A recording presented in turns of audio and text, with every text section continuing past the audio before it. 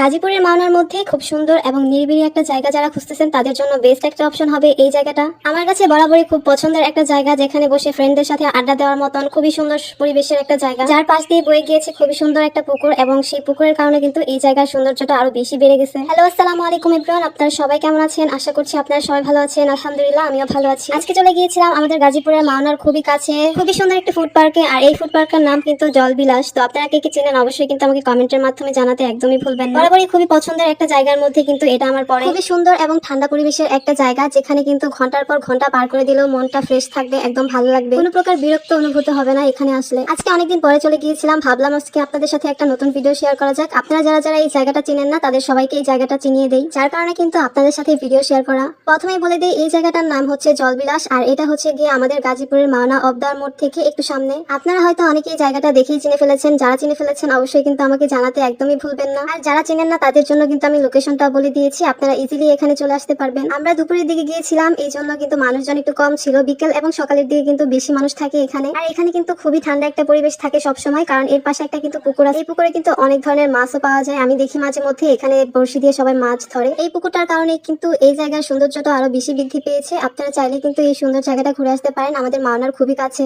আপনাদের সুবিধার্থে কিন্তু আমি কমেন্টেও এই লোকেশন বলে দেবো, আপনারা যারা না চিনেন অবশ্যই কমেন্ট করবেন। কমেন্টের মাধ্যমে এই জায়গাটা বলে দেওয়ার চেষ্টা করবো কোথায় আছে, যদি না চিনতে পারেন। এই জায়গার প্রত্যেকটা অংশের একটু একটু ভিডিও নিচ্ছিলাম, যাতে আপনারা খুব সুন্দরভাবে দেখতে পারেন আসলে কোন জায়গায় কি আছে, এই জায়গাটা আসলে মূলত দেখতে কিরকম সম্পূর্ণটা। তো আপনারা কে কোন জায়গা থেকে, কে কোন জেলা থেকে আমার ভিডিওগুলো দেখতেছেন অবশ্যই কিন্তু আমার কমেন্টের মাধ্যমে জানাতে একদমই ভুলবেন না। আর আমার ভিডিও যদি ভালো লেগে থাকে অবশ্যই পেজ ফলো করে দিবেন। এবার আসি এখানকার খাবারের কোয়ালিটি কিরকম। এখানকার খাবারের কোয়ালিটিও বেশ ভালোই ছিল, আমি অনেক আগেও ট্রাই করেছি, এখনো ট্রাই করেছি, সবকিছু মিলিয়ে ভালোই ছিল। আপনারা চাইলে ট্রাই করে দেখতে পারেন। এখানকার ফুড মেনু সবকিছুই মোটামুটি ভালো, যদিও শুধু ফাস্টফুড পাওয়া যায়, অন্য বাঙালি খাবার টাবার কিছু পাবেন না এখানে। এখানকার প্রত্যেকটা কর্নারই খুব সুন্দরভাবে ডেকোরেট করা, এর আগে আরো বেশি সুন্দর ছিল, যদিও এখন আগের মতন তেমন নেই, তারপরে অনেকটা ভালো লাগে আসলে। আপনারা চাইলে এসে ঘুরে দেখতে পারেন, হয়তোবা ভালো লাগবে, যেহেতু আমার কাছে ভালো লেগেছে আপনাদের কাছেও ভালো লাগবে।